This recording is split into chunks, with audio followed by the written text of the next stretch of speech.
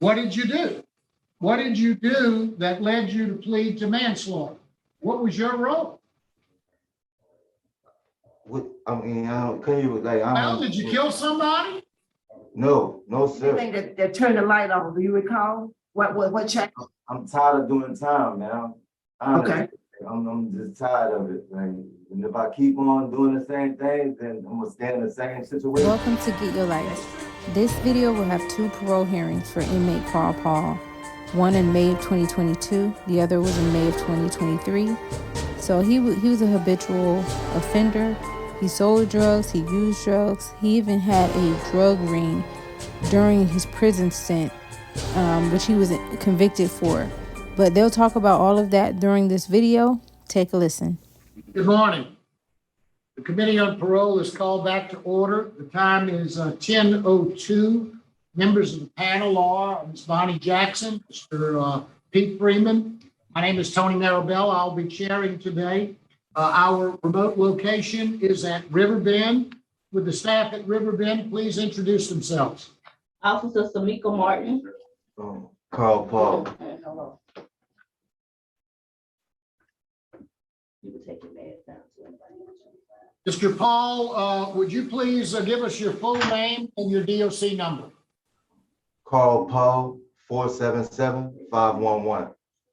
Thank you very much, sir. Let me explain our process to you. First, I'm going to read some information into the record, and then the board will conduct a parole interview with you. At the appropriate time, we will allow participants who've indicated that they wish to speak to have their input. It's my understanding that your employer, Mr. Troy Willis, is on Zoom, I think, and is wanting to speak today on your behalf. At the end of that time, you'll be allowed to make a brief statement before the board votes. Do you understand our process and procedure? Yes, sir. This is a matter of Carl Paul, DOC number 477-511, date of birth September the 22nd of 1986. His parole eligibility date is April the 10th of 2022. He's classified as a fourth felony offender. He is not eligible for good time. He has a full term date of September the 10th of 2033.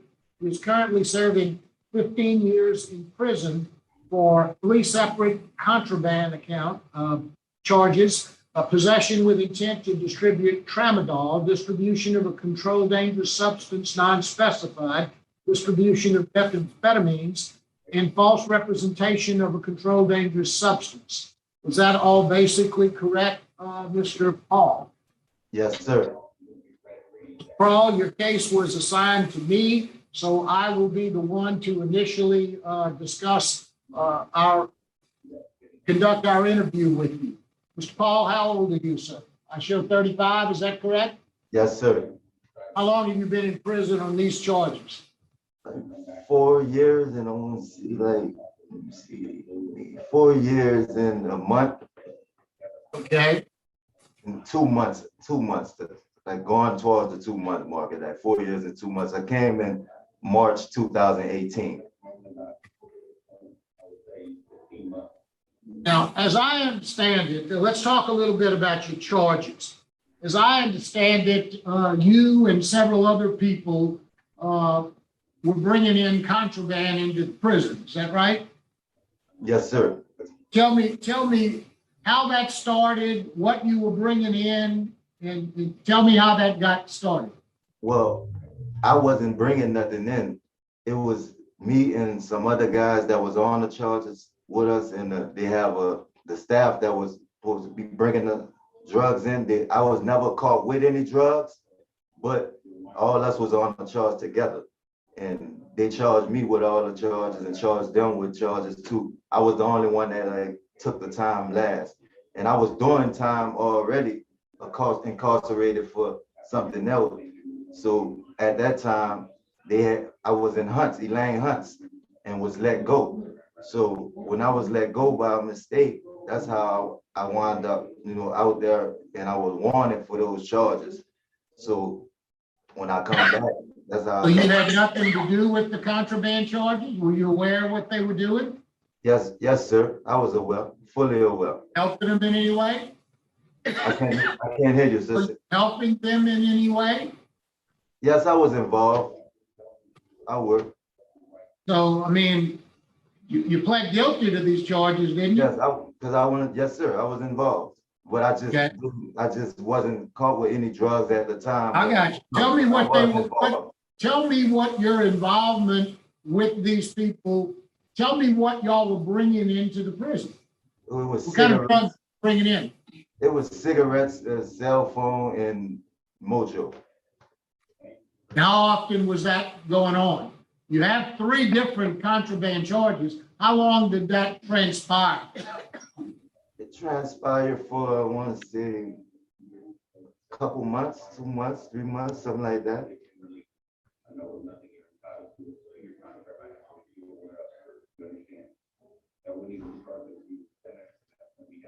Tell me a little bit about let's talk a little bit about kind of your past history, okay? Did you use drugs on the outside? Yes, sir. I What kind of did. drugs did you use? Well, I took pills and I smoked marijuana. How old were you when you first started using drugs? Since like grade school, I'm gonna say like 13, something, about 13. 13, you were smoking marijuana? Yeah, yes, sir, started smoking marijuana. And what did you progress to from the marijuana? Well, I guess it just made me feel good, to be honest. So I became addicted to it. I understand. What did you move from marijuana to? To pills. I just started taking pills like the tramadol and the ecstasy pills. How often were you doing that? That was like more of a party drug. Marijuana I done every day. And when did you first come to prison? You've been to prison on a number of occasions, right? You're a 4th felony offender. How many times have you actually served time in prison? This will be my 3rd time serving. It'll be my 3rd sentence for serving a long time. And what were all the other charges? Basically drugs? Yeah, there was drugs, and my last charge was a manslaughter. Okay. Let's talk about the manslaughter. I think you've got a couple of domestic violence charges as well. No, I have 1 domestic violence. That's on my son's mother. Okay. And that was Tell a me warrant. about the manslaughter charge. Hmm? Tell me Okay. about the manslaughter charge. What happened with the manslaughter? Okay. I come to jail on 2nd-degree murder for that. Okay. charge. It was me and my brother-in-law. He's deceased. But he was on accessory to the murder. Okay. So tell me what happened. Right. Okay, people in the area say they saw me around that area when that time happened, and they had a guy that was supposed to have been on the scene, said that he know for sure it was me, but he couldn't say it was me because I had a mask on. And that's Well, I understand what everybody says. What did you do? What is your role in this? Are you telling me you didn't do this? It was a mistaken identity? well, I wasn't fit to take it to trial and fight for my life, and they came with a good plea, so I took it. So what did you do? What did you do that led you to plead to manslaughter? What was your role? I mean, I don't, can you like? I Well, don't, did you kill somebody? No, sir. I just took the time because I was under pressure of fighting the charges and facing life. I wasn't trying to go to trial. Who got killed? It was a guy. His name was I don't know his last name, but it was Rodney. Rodney was his name, though. And you were nowhere around there? What was your role? How did you get roped into this? Because I know the guy, and they saying that we was all around in that area. I stood around that area. Like I kind of growed up in that area right there. So I know the guy from past history. So your brother-in-law pled guilty to accessory after the fact? Yes, he pled guilty to accessory after the fact. He didn't do anything either? No. he didn't, I wasn't, I mean, me and him wasn't together that day at all. So and how long did you do in prison on your manslaughter charge? It was 7 years because I had got good time, but I had a 9-year sentence. All right. And then what else did you go to prison for? You got out of manslaughter?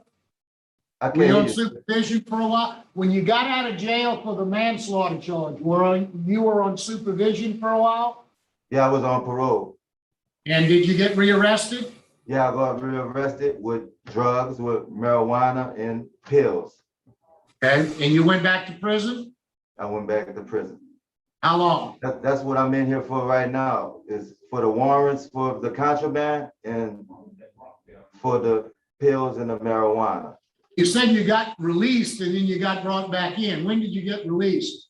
I got released and it was 2000, let me see, it was April 10, I want to say 2016, I got released from Elaine Hunts. And why did they release you?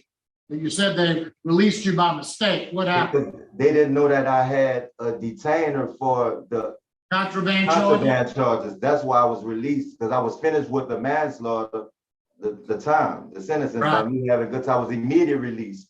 And so they let me go by mistake and without having sending me back to Orleans Parish for the contraband charges.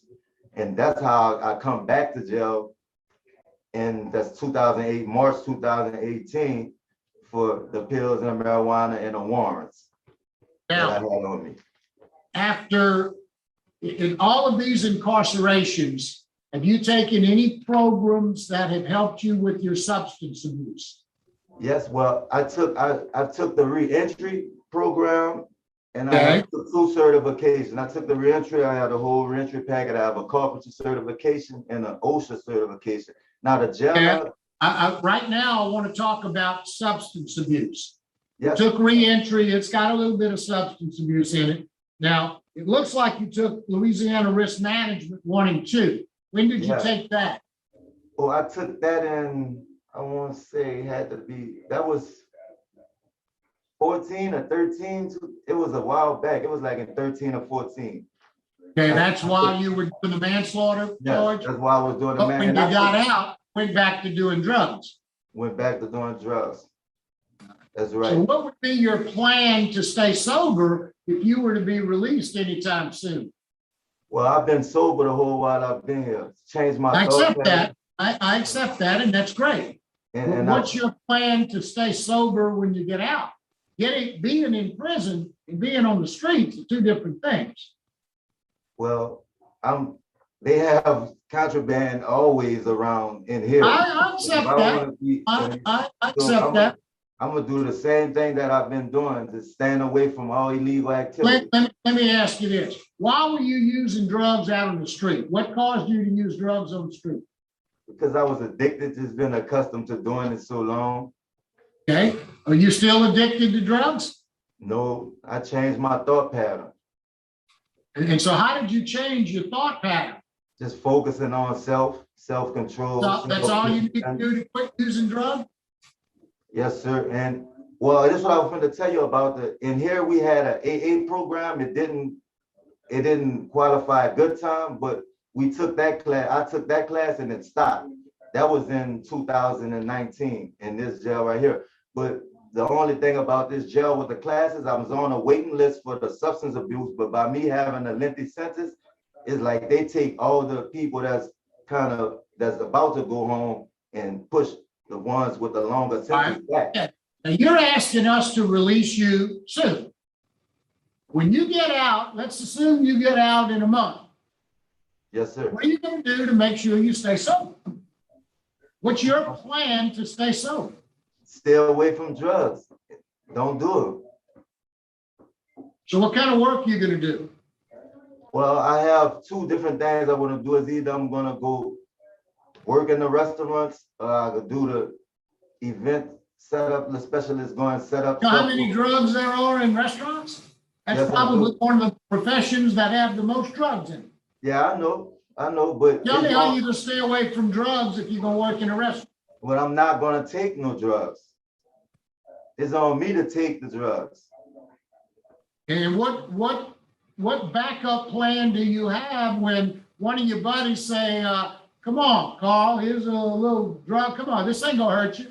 And What's I'm your not plan? taking it. I'm not taking it. I can be doing drugs every day in jail, and I chose not to. Mr. Paul, you're a drug addict. Yes, sir. I was. It's a disease. Oh, you are. You're not anymore. You cured? I've been focusing on myself. That's what I took this time to do. Okay. Tell me a little bit about your education. I can say that again, sir. Education. How far did you go in school? Well, I stopped in the 9th grade. Okay. Did you get your GED? No, I've been on a waiting list for that too. I've been writing jails. I've been writing DOC headquarters to get me shipped to another jail to get in educational programs. Okay. I have all type of. You were in jail for manslaughter. Did you try to get your GED? I was in it in Hunts and I got released.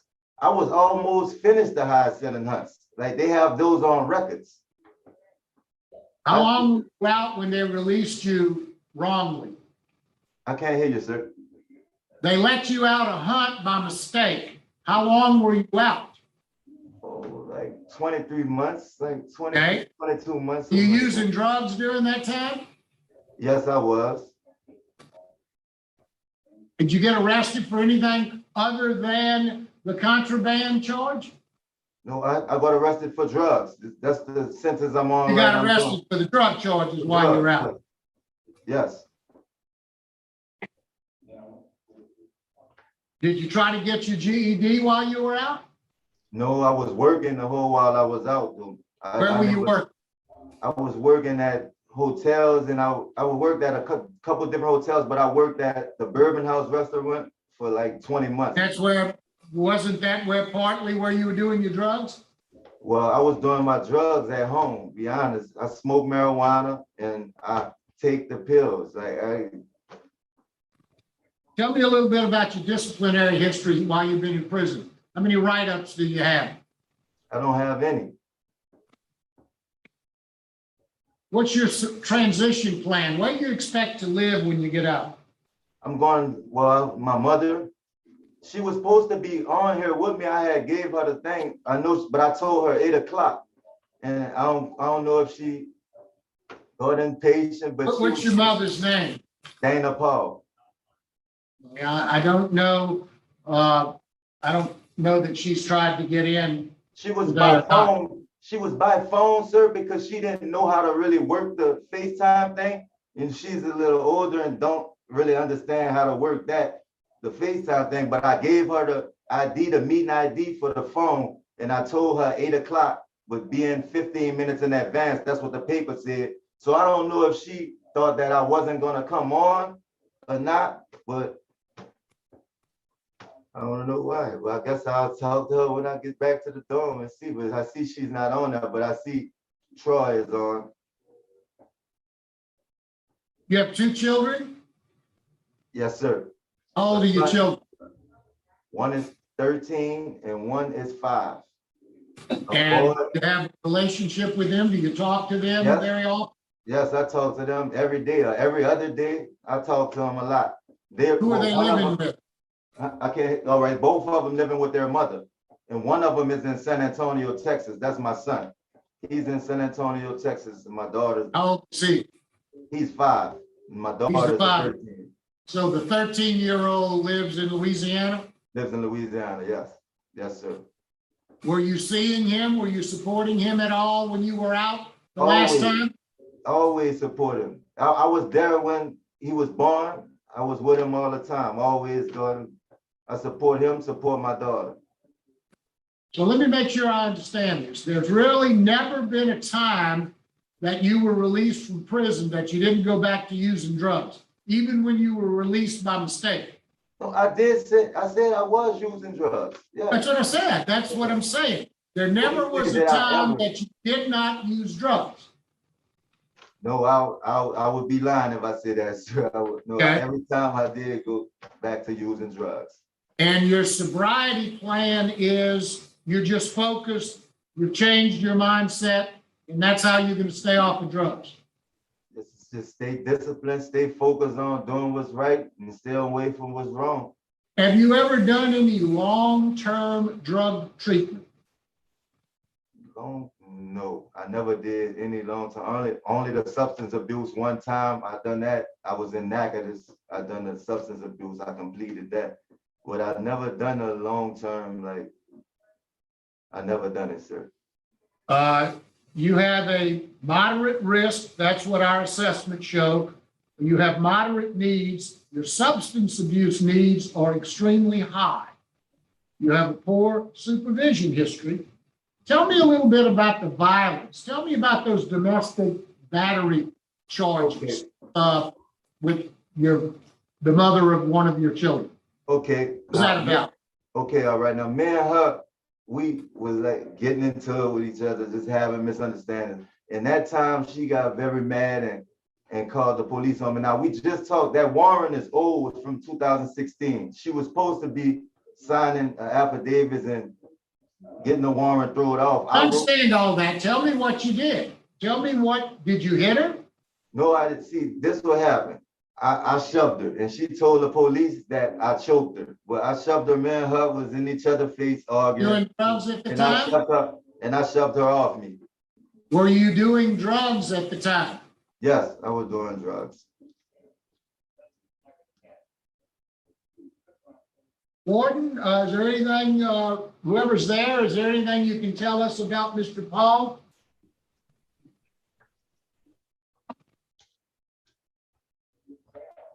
Is there anyone there with you? Yeah, I see his name on there. He had popped in and. No. Is there a staff member there with you in the prison? Oh, they's over there talking with someone. Do I need to get them for you? If there's anyone there that can tell me a little bit about how you're doing, I would like to hear from them. Okay, well, the guy this is a different phase. I'm on phase 3, but the guy who brought me, he can tell you a little bit. He's probably out there. Excuse me, ma'am. She's coming. I can tell you to get the guy who worked on the phase who brought me over here.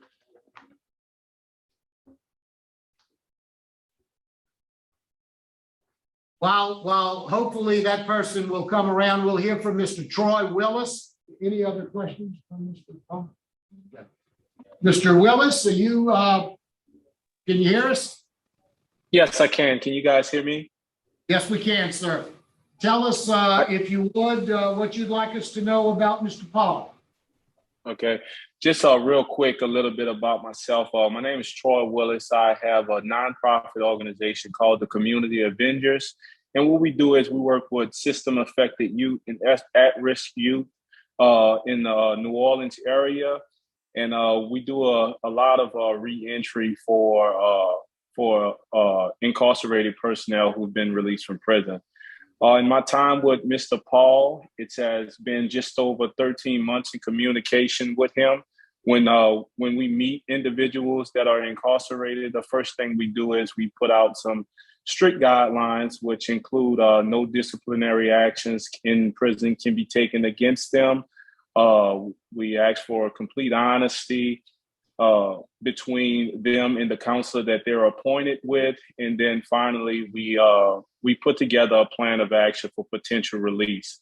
During the time frame, Mr. Paul has complied with all the requirements that we have placed upon him, and that includes contacting a counselor weekly, talking about re-entry, and talking about the issues that brought him into jail.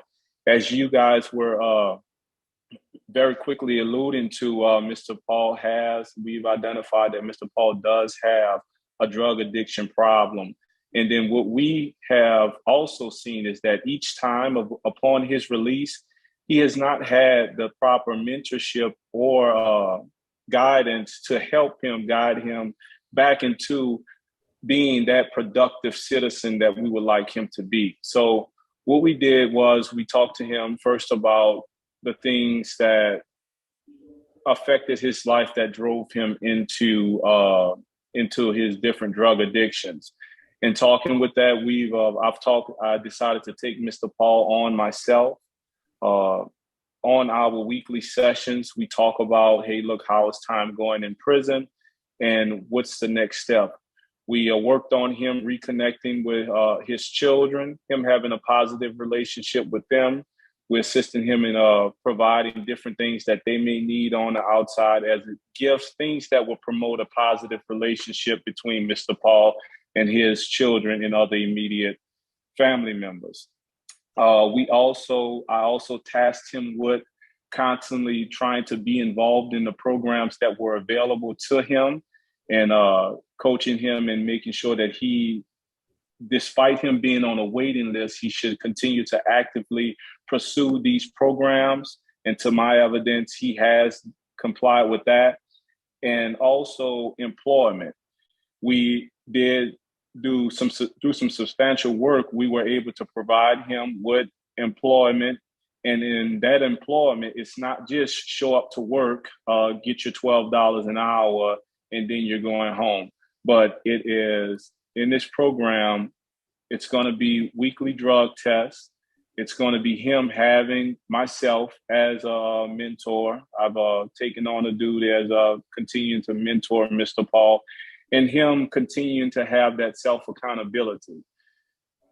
The second thing that we've identified with Mr. Paul is just that his lack of education and communication skills ability. And we have partnered with this program from Heroes of New Orleans, Mr. Greg Gravy, to help Mr. Paul out with that and being able to get his GED. He has sent us back the application, and I also have a conditional acceptance of him into the Heroes of New Orleans Academy for him to conduct that program. And based upon our time together, his active actions showing that he is willing to make a change this go round, and the conditional acceptance for his education rehabilitation, for his drug rehabilitation, I think that Mr. Paul does have the ability to become a productive member of society upon reentry. That's all I have pending your questions. Thank you, Mr. Willis. Mr. Willis, I see you're in a military uniform. Are you in the service? Yes, I apologize for that. I'm also an active member of U.S. Army. I'm a UH-60 Black Hawk pilot. I'm from New Orleans, Louisiana. I grew up in the inner city.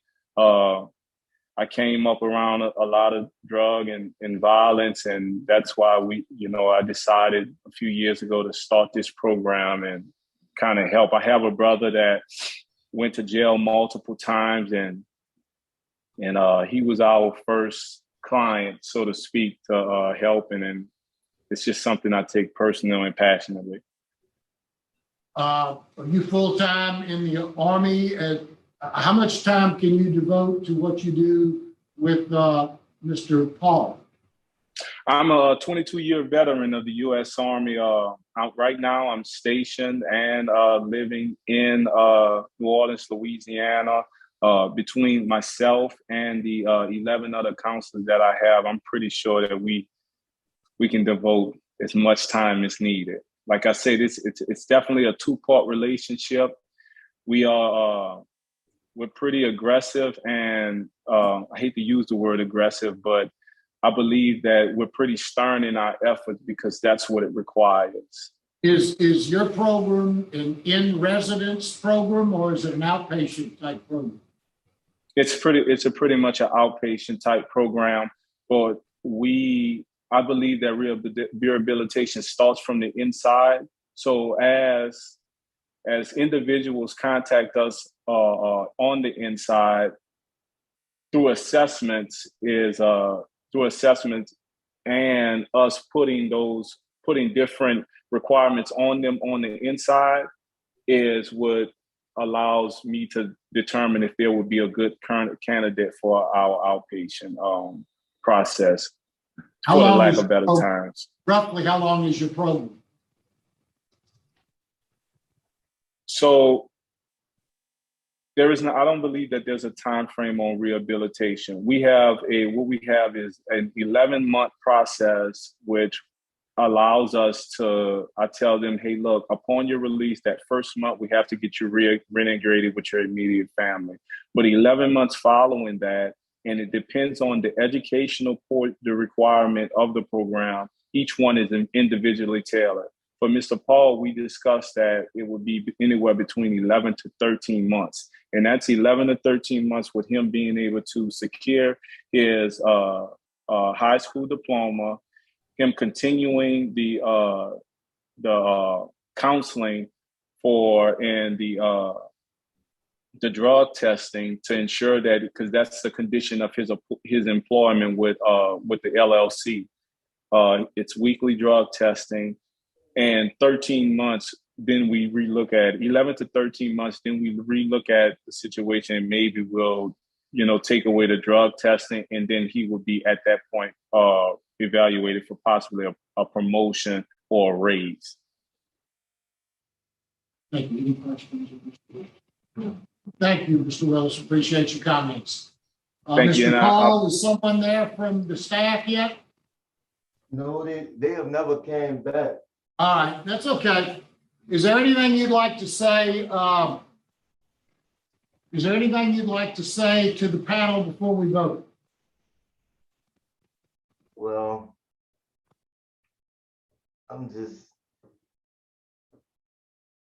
I'll be forever grateful for the board if I was to get released, and I'm gonna stay focused and do what's right and forbid what's wrong.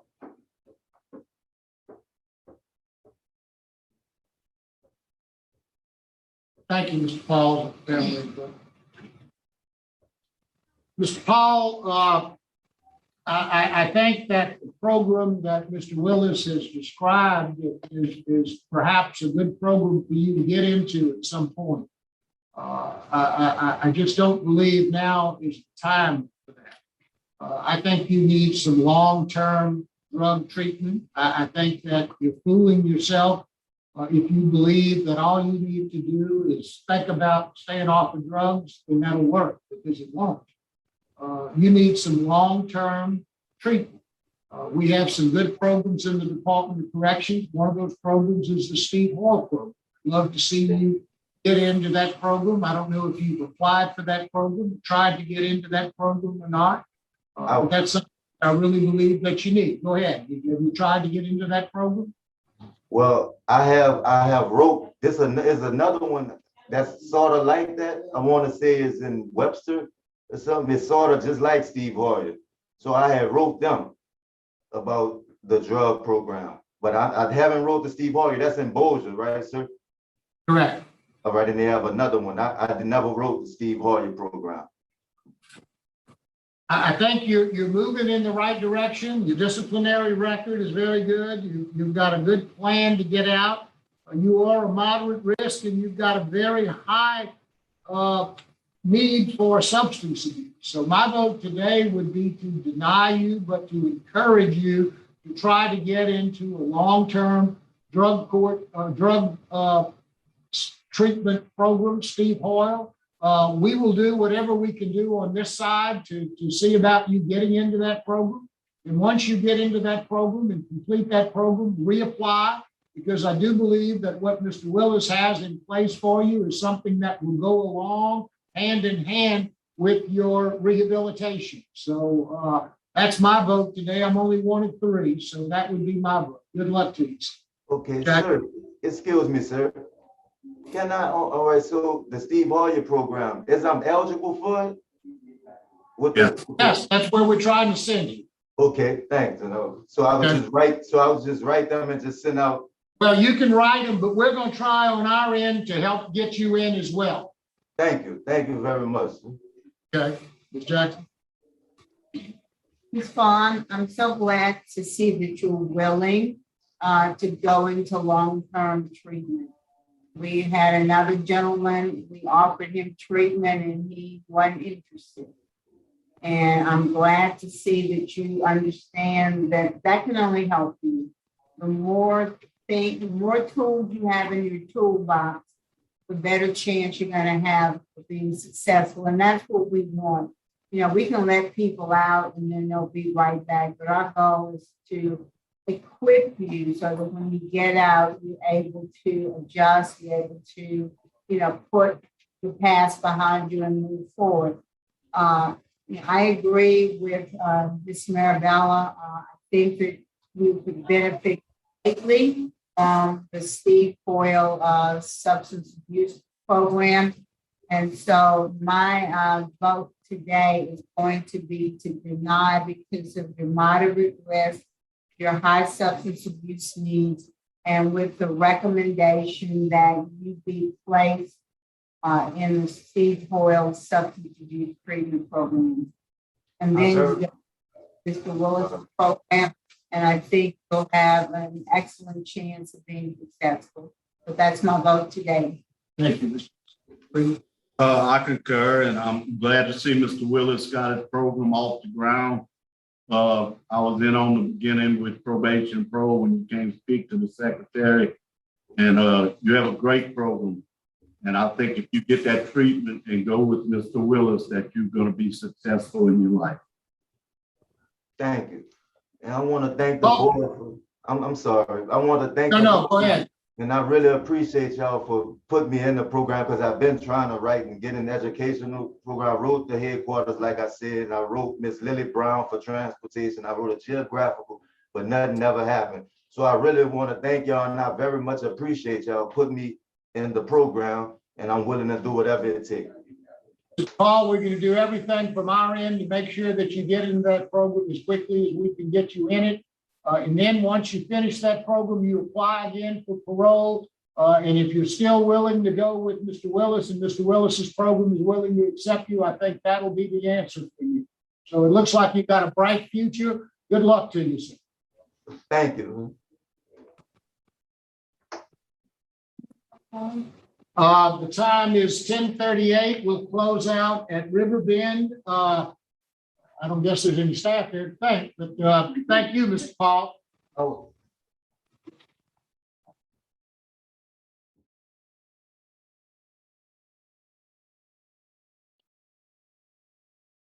Great. The committee of parole is back in session. Time is 1:01 p.m. Our next remote location is Riverbend Detention Center. With Ms. Martin, please introduce yourself. Nice to see you, Ms. Martin. Thank you. Lieutenant Sean Lee is on. Okay. Would the offender please give us your full name and your Department of Corrections ID? Carl Paul, 477-511. Thank you, Mr. Paul. My name is Alvin Roche. To my left is Mrs. Pearl White, and to my right is Mr. Pete Freeman. Good afternoon, everyone. And we're going to conduct a parole interview with you. Let me explain the process. Recent information in the record will verify information that will give you a chance before we vote to make a brief statement on your behalf. Before that, we have Mr. Troy Willis of the Community Avengers, your mentor, and he would like to make a statement. We have your mother, Ms. Dana Paul, and she would like to make a brief statement. And we also have Derek Paul, your nephew, who's on Zoom and would just like to listen in and offer his support. Okay? Yes, ma'am. Yes, sir. After we hear from them, we'll give you a chance to make a brief statement. Okay, Mr. Paul, you're currently, 37 years old? I'll be 37 September 22nd. September 22nd, okay? You're a fourth felony offender. Your offenses are in Orleans Parish, contraband into a penal institution. You were sentenced on May 14th, 2019, and you received a 5-year sentence. The next offense is contraband into a penal institution. You were billed as an habitual offender, sentenced on the same date, May 14th, 2019, and you received a 15-year sentence. Another contraband, you were sentenced on the same date and received a 10-year sentence. All those sentences are running concurrently, and you received 855 days jail credit on each count. On the same date, you were billed as an habitual offender for possession with intent to distribute tramadol and received a 15-year sentence. On the same date, May 14, 2019. Distribution of controlled drug substance, 10-year sentence. Same date, distribution of meth, 10-year sentence. And false representation of controlled substance, and you receive a 5-year sentence. Again, all those sentences are really concurrent to the contraband charges, and you have a total sentence of 15 years. Is all that correct? Yes, sir. Your parole date was April 10th, 2022. You're not eligible for good time. And Your full-term date is July 10th, 2033. Is that correct? Yes, sir. Your case has been assigned to Mrs. Wise. Would you please answer Mrs. Wise's question? Good afternoon, sir. How you doing, Miss Wise? I'm good. How you doing? I'm fine. Good, good. I'll call out for the record how long you've been in jail on this 15-year sentence. Can you repeat? I couldn't hear you, Miss Wise. Call out for the record how long you served on this 15-year sentence. How long you been in jail? 5 years and 2 months. 2 months and 2 days. In 2 months, okay. And as a fourth offender, how much of your life would you say you spent in jail? Just guess. I mean, you know. I say about 14 years, I want to say. 14 of your 14 between that. almost half your life. Yes, ma'am. Almost half your life. Okay. All right. With all these drug charges, are you a drug user, a drug dealer? Yeah, I was a drug user. I'm currently sober. Well, I was a drug user before I come to jail. Okay. Marijuana and prescription drugs. Okay. So what was the other stuff you had? All the and all those. And those drugs too, pills. It was all different type of pills. That's the drugs I was addicted to, ma'am. Oh, okay, okay. What age did all this start? 14, I want to say 15. I was in high school. I started smoking marijuana first, and then I started on the other drugs down the line. Okay. How much education do you have? Education, I stopped in 8.5. You stopped school in the 8th grade? And it was half 8, half 9. It was 9th grade. They moved to Okay, 8.5. Okay, I got you. Well, have you had an opportunity to get your GED or high set? Have you tried? Yeah, I tried, but this jail here, like, it's hard. I've been on a waiting list for all the programs, the school, everything I'm trying to do. I'm on a list, waiting list. So you got 15 years. They try to get the ones with the shorter time first. Yeah, that's right, man. That's what they do. And so I've been writing all the other jails to get moved and transfer. I wrote Hunts to get in their school. I wrote the teacher at Hunts because I know him. I was once there and was in the GED class, but I had got released.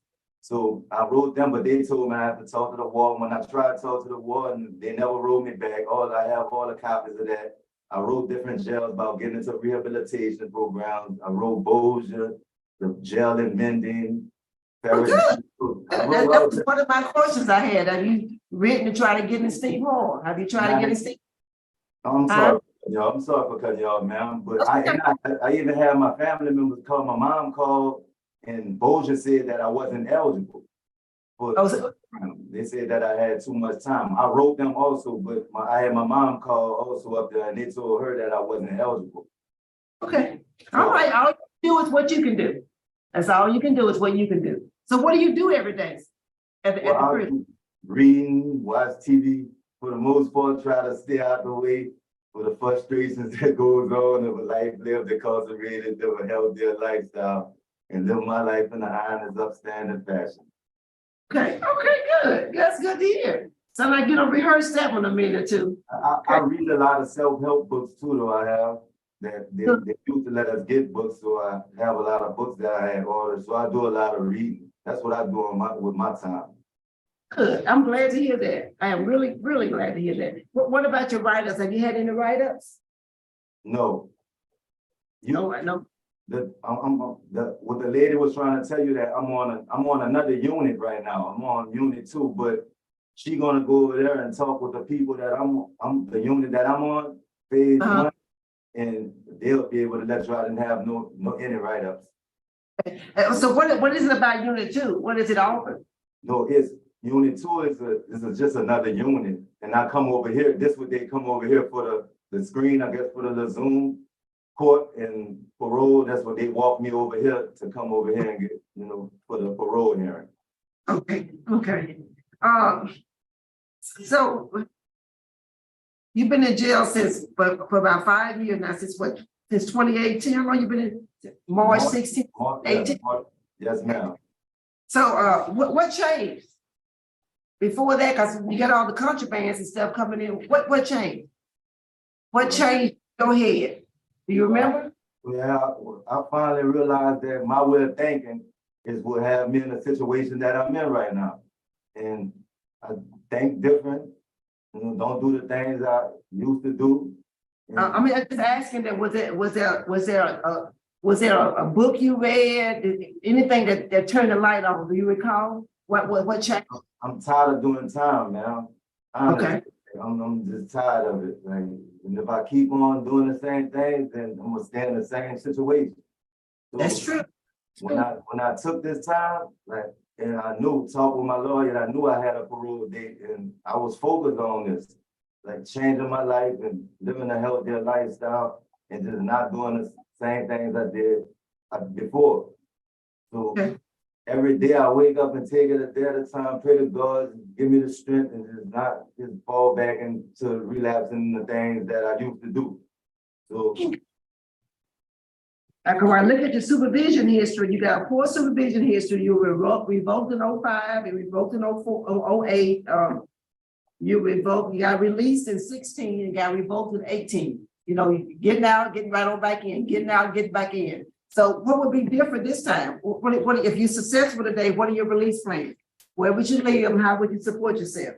Well, I would be living with my mother, and I have all different type of family members that's offering jobs and that they can get me on. I've been on this job view second chance thing that we have on the kiosks and that, and I've been looking up for jobs in my area.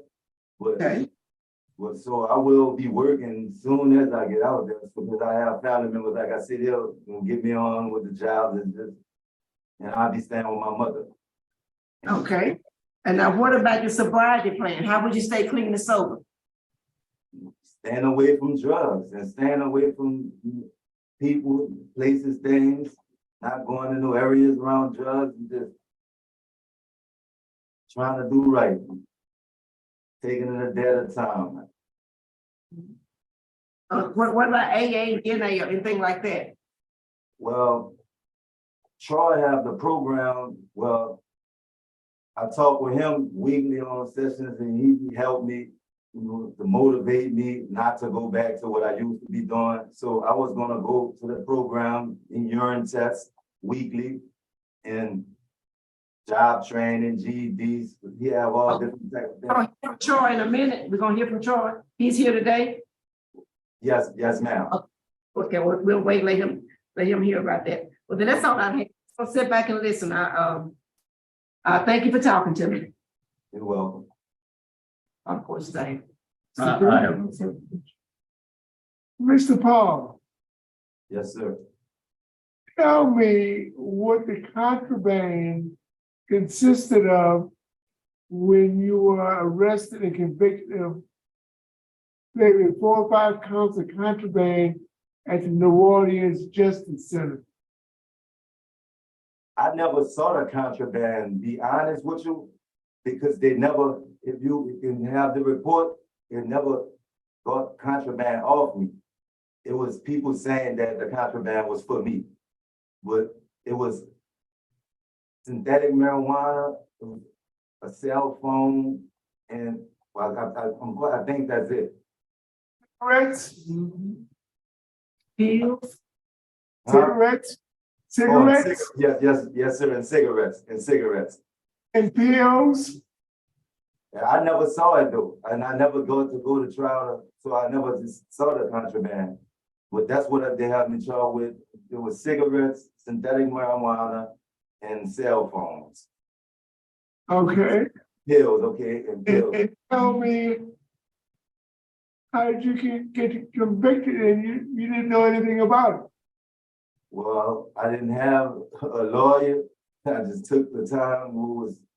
I was fearful. Took the time, my best interest.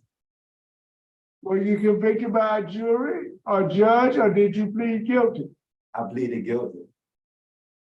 So you pleaded guilty so that you didn't have anything to do with. It wasn't in my possession. It wasn't in my possession. You're not asking if it was in your possession. Did you know about it? Did you know it was coming at jail? Yes, yes, I did. At this time, is it framing no questions? Okay. Let me ask you one. Okay, and be honest now, Mr. Paul, because I mean, you know, you did know it was coming in. Were you gonna get any of the profits off of it? Yes, sir, I was. I was involved. It was me and a few other guys that were charged. If you can see, it was like 2, 3 other guys were charged with it. So yes, I did. What I want to hear from you. Okay. Yes, sir. At this time, we want to hear from your mother, Ms. Dana Paul. Would you open your mic, please? Ms. Paul, Hey, hello. how you doing this afternoon? I'm okay, good as I can get, thank God. Okay, Ms. Paul, would you Yes. please give us your statement? I can't hear you. I'm sorry. Would you please give us your statement? Okay, far as it go with my son, you know, he was working, he was doing pretty good he was working at Bourbon House for 2 years. Like good with family and you know, taking little odd jobs, this, that, and the other. But I had what I was trying to do, I had called because they were supposed to get him in some kind of program there, I guess. And when I called and whoever the lady was I spoke with, she told me that Carl wasn't eligible. But I'm like, if he get parole and whether he get out, I'm sure he's gonna, you know, do good. You know what I'm saying? Because I know he had enough time to get his mind right. You know what I'm saying? But I mean, sir, and he's gonna be staying with me if he get out. Thank you, ma'am. You're welcome. Would Mr. Troy Willis open your mic and give us your statement? How y'all doing this morning or this afternoon? Hey, Mr. Willis, how are you? I'm doing fine. So I am a mentor with the Community of Vengeance. I'm also the founder and the CEO of that organization. I grew up in the city of New Orleans, and I work with a lot of at-risk youth and young adults coming from system involvement. Mr. Carl Paul has been a part of us since May of 2020. The requirements that we place upon him in conjunction with the system provided efforts. We try to provide mentorship, reinforcement, mindset changes, mature development, and then opportunity upon release. 3 distinct things that we found from Mr. Paul upon his time, that he has had issues with drugs since the age of 13 years old. Combined with his drug addiction and his community issues that he have in and out of prison, there was always a lack of supervision, a lack of positive influence, and a lack of overall mature guidance, what we've seen. So what we tried to do with Mr. Paul, we assigned him to weekly mentorship,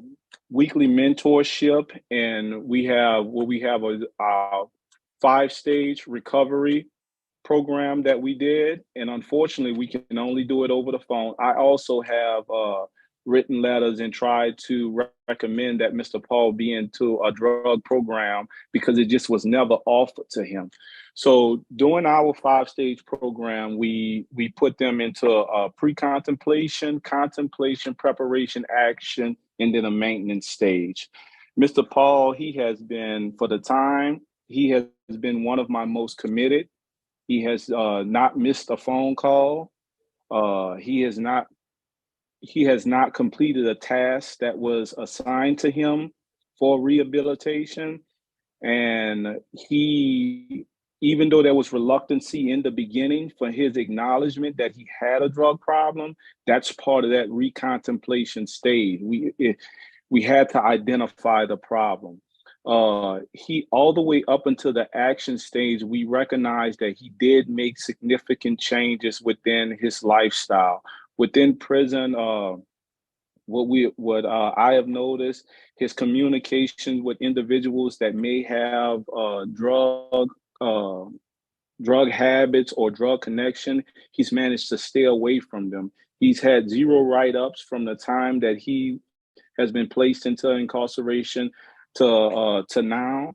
His work ethic to perform tasks assigned to him is in some of these tasks is I assign like this. Job opportunity seeking. I asked him to perform job opportunity seeking where he would get employers to sign letters of intent where they will hire him upon release from prison. He's got 3 of those back to me from the Winning Team organization as a delivery driver. He's offered for mentorship and development through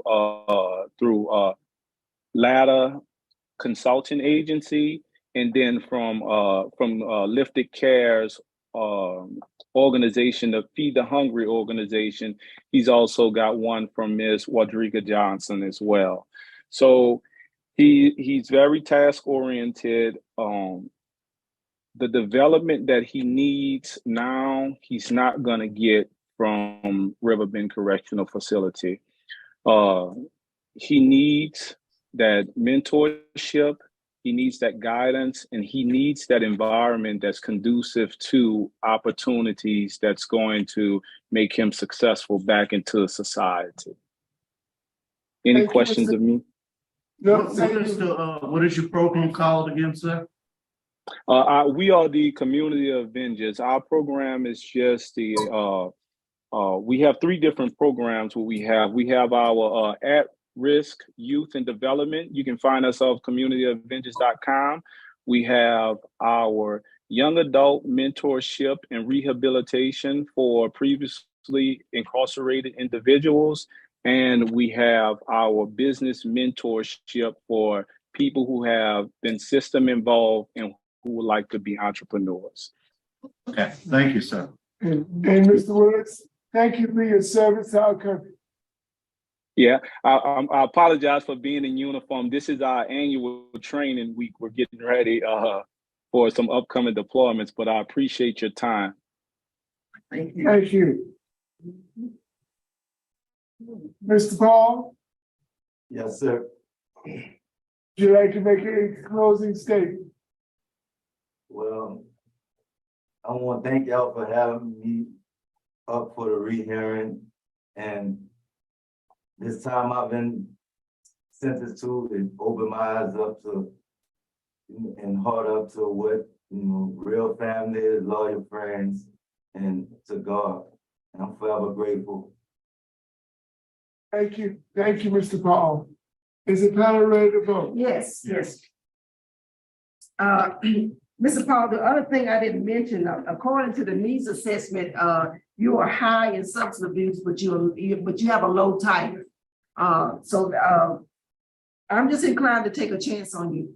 My vote is to grant after you complete the long-term treatment program at Steve Hall. I want you to stay on the front row and pay attention. Yes, ma'am.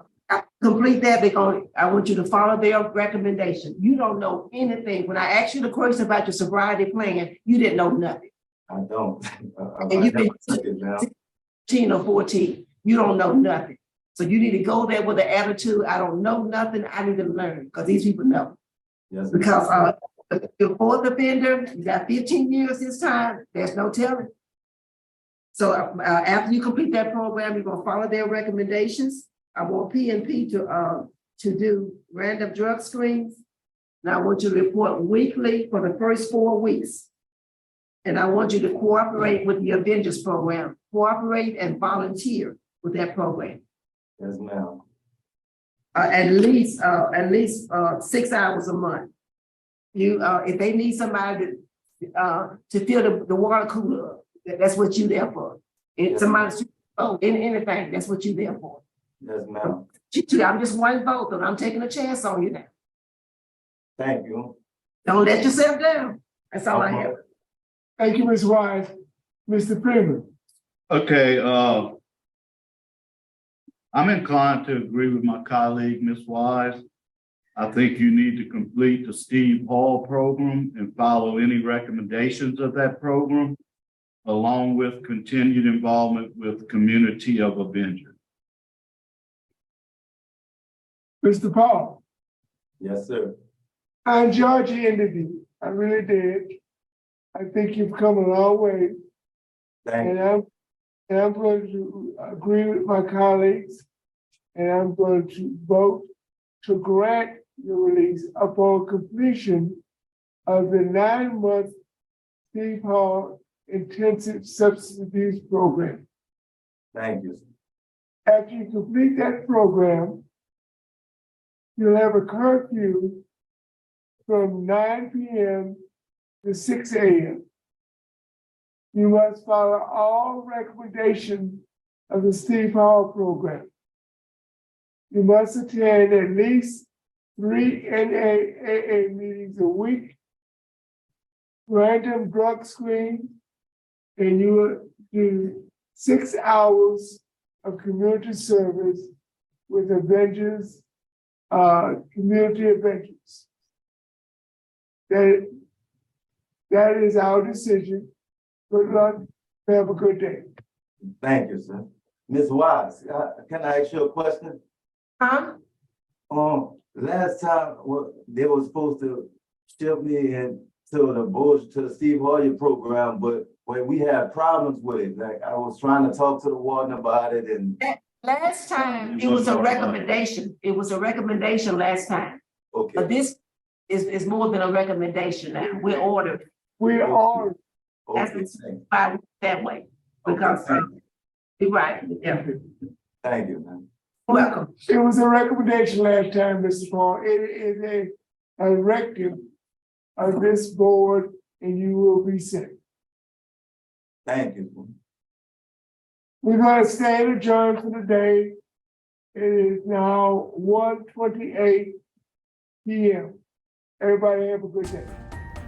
Thanks for watching. Don't forget to like and subscribe, and also hit the like button.